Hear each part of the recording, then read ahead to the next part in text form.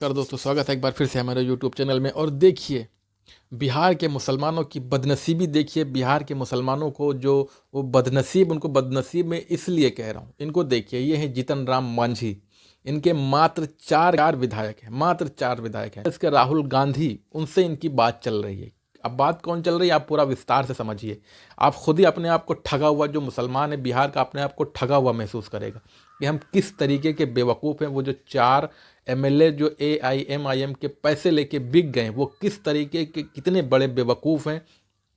आप पूरी बात समझिए हमारी, हम किस तरीके से क्यों उनको बोल रहे हैं बेवकूफ़।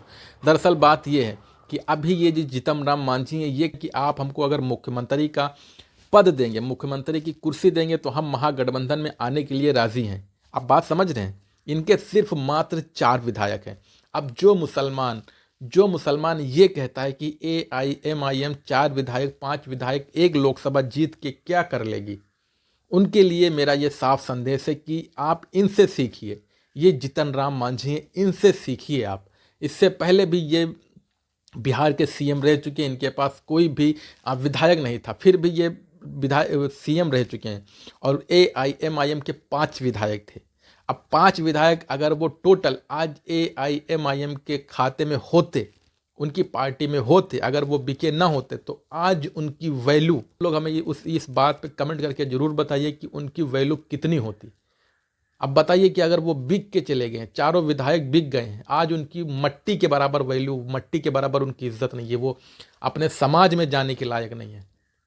मुसलमानों के बीच वोट मांगने के लायक नहीं है। वो किस मुंह से वोट मांगेंगे, आप ये बताइए। तो ये होता है 4 से 5 विधायक जीतने का पावर, और 4 से 5 विधायक एक पार्टी में होने का पावर। आप इस पावर को देखिए। इसी चक्कर में आप बोलते हैं कि 4 विधायक जीत के क्या कर लोगे। नीतीश कुमार के पास कितने विधायक हैं? नीतीश कुमार के पास कितने विधायक हैं? मात्र 42 विधायक होने के बावजूद भी वो लगातार CM की कुर्सी पे बने हुए हैं। तो ये अपना माइंडसेट पूरा आप चेंज करो। अख्तरुल ईमान का जो संगठन है, अख्तरुल और आदिल हसन का, मैं जो देख रहा हूँ लगातार सोशल मीडिया पे, उनके वीडियो देख रहा हूँ, लगातार उनकी मैं मेहनत देख रहा हूँ। तो वहाँ के मुसलमानों को दिल खोल के उनका सपोर्ट करना चाहिए। जहाँ भी AIMIM का कैंडिडेट है, अगर ये महागठबंधन नहीं, ये ठग बंधन है। ये ठग बंधन कहीं भी अगर AIMIM का कैंडिडेट खड़ा हो, किसी भी कॉन्स्टिट्यूंसी से, किसी भी लोकसभा से, किसी भी विधानसभा से, अगर ये लोग तुमसे गठबंधन नहीं करते AIMIM से, तो इनका पूरा बाइकाट करो, नोटा पे वोट डाल दो, इनको वोट मत दो। वोट देना तो सबका संवैधानिक अधिकार है, वोट देना चाहिए सबको। मगर जब तुम्हारे कोई काम नहीं करेगा, जब तुम्हारे मुद्दों पे कोई बोलेगा नहीं, तो तुम वोट इनको क्यों दोगे? कोई समझ में भी तो आना।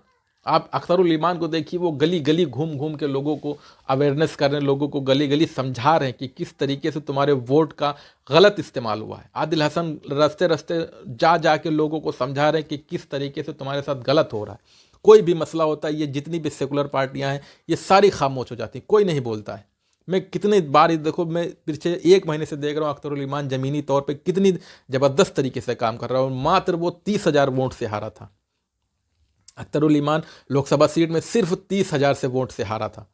तो मेरी आप लोगों से अपील है कि इस बार मौका अच्छा है, दस्तूर भी है, और ये ऐसे मौके आपको कभी भी नहीं मिलेंगे। क्योंकि एक तरफ महागठबंधन ने गद्दारी की है मुसलमानों से, एक तरफ MIM से जो गद्दारी करके गए थे RJD में, उन्होंने एक तरीके से मुसलमानों के वोट को लेके उनसे गद्दारी की है। क्योंकि मुसलमानों का वोट उन्होंने लिया था उनको इंसाफ दिलाने के लिए, नौकरी दिलाने के लिए, शिक्षा दिलाने के लिए, हॉस्पिटल बनाने के लिए। एक भी उन लोगों ने काम नहीं किया होगा, एक भी काम नहीं किया होगा। जितने भी पैसे मिले होंगे उन लोगों के वो जो बिकाऊ है, बिक गए होंगे पैसे लेके, वो सारे के सारे पैसे उनके अकाउंट में जमा होंगे। तुमको 1 रुपया नहीं मिलेगा, ना ही तुम्हारा कोई काम होगा। आप जाके उनके दरवाजे पे जाइए, बोलिए कि आपने ऐसा क्यों किया, तो वो लोग आपको बहुत सारी बातें बता देंगे। वो लोग कहेंगे कि हम MIM में रहते तो हमारा कुछ हो ही नहीं पाता, हम कम से कम सरकार में गए तो कोई पद ही मिल जाएगा। तो अभी पद मिल गया उनको। नीतीश कुमार खुद जाके बीजेपी की गोद में बैठ गए। जो कल तलक कहते थे कि AIMIM बीजेपी की B टीम है, वो उन्हीं की भाषा बोलती है, मगर अब नीतीश कुमार खुद जाके नरेंद्र मोदी जी की गोद में बैठ गए। तो ये कौन सी टीम है?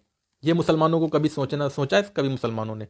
इसके बारे में कभी चर्चा ही नहीं करेंगे, इसके बारे में कभी सोचेंगे नहीं, क्योंकि उनको उनके दिमाग में तो वही जो भर दिया गया, जो आरजेडी कह देगी, तेजस्वी यादव कह देंगे कि ये बीजेपी की बी टीम है तो वो मान लेंगे, राहुल गांधी कह देंगे तो वो मान लेंगे, अखिलेश यादव कह देंगे तो वो मान लेंगे। अरे भाई, खाना तुम खाते हो, तुम्हारे पास अकल नहीं है? तुम्हारे दिमाग में भेजा है कि भूसा भरा हुआ है? कब तक कितना आदमी समझाए? ओवैसी को किसी चीज़ की कमी है? हजारों करोड़ का मालिक है वो, हजारों करोड़ का। 1-2 करोड़, 10-12 करोड़ लेके उसका क्या हो जाएगा? कुछ हो जाएगा? इतना इतना इतना कॉमन साइंस, इतना आप, तुम्हारे पास इतना कॉमन साइंस है, तुम्हारे पास नहीं है। तो मेरा कहने का मतलब सिर्फ यही है कि इस बार अख्तरुल ईमान को आप सिर्फ मात्र, वो पिछली बार 30,000 वोट से हारा था, आप इस बार उसको 50,000 एक्स्ट्रा वोट दे के उसको सांसद में भेजो।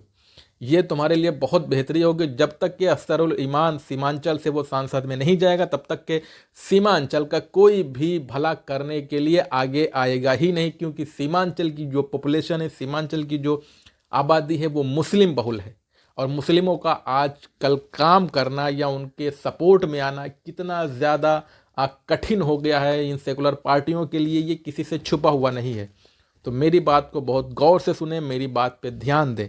आज की वीडियो में इतना ही। हम मिलेंगे आपको अगली वीडियो में। हमारा वीडियो अच्छा लगे तो आप हमें सब्सक्राइब जरूर करें।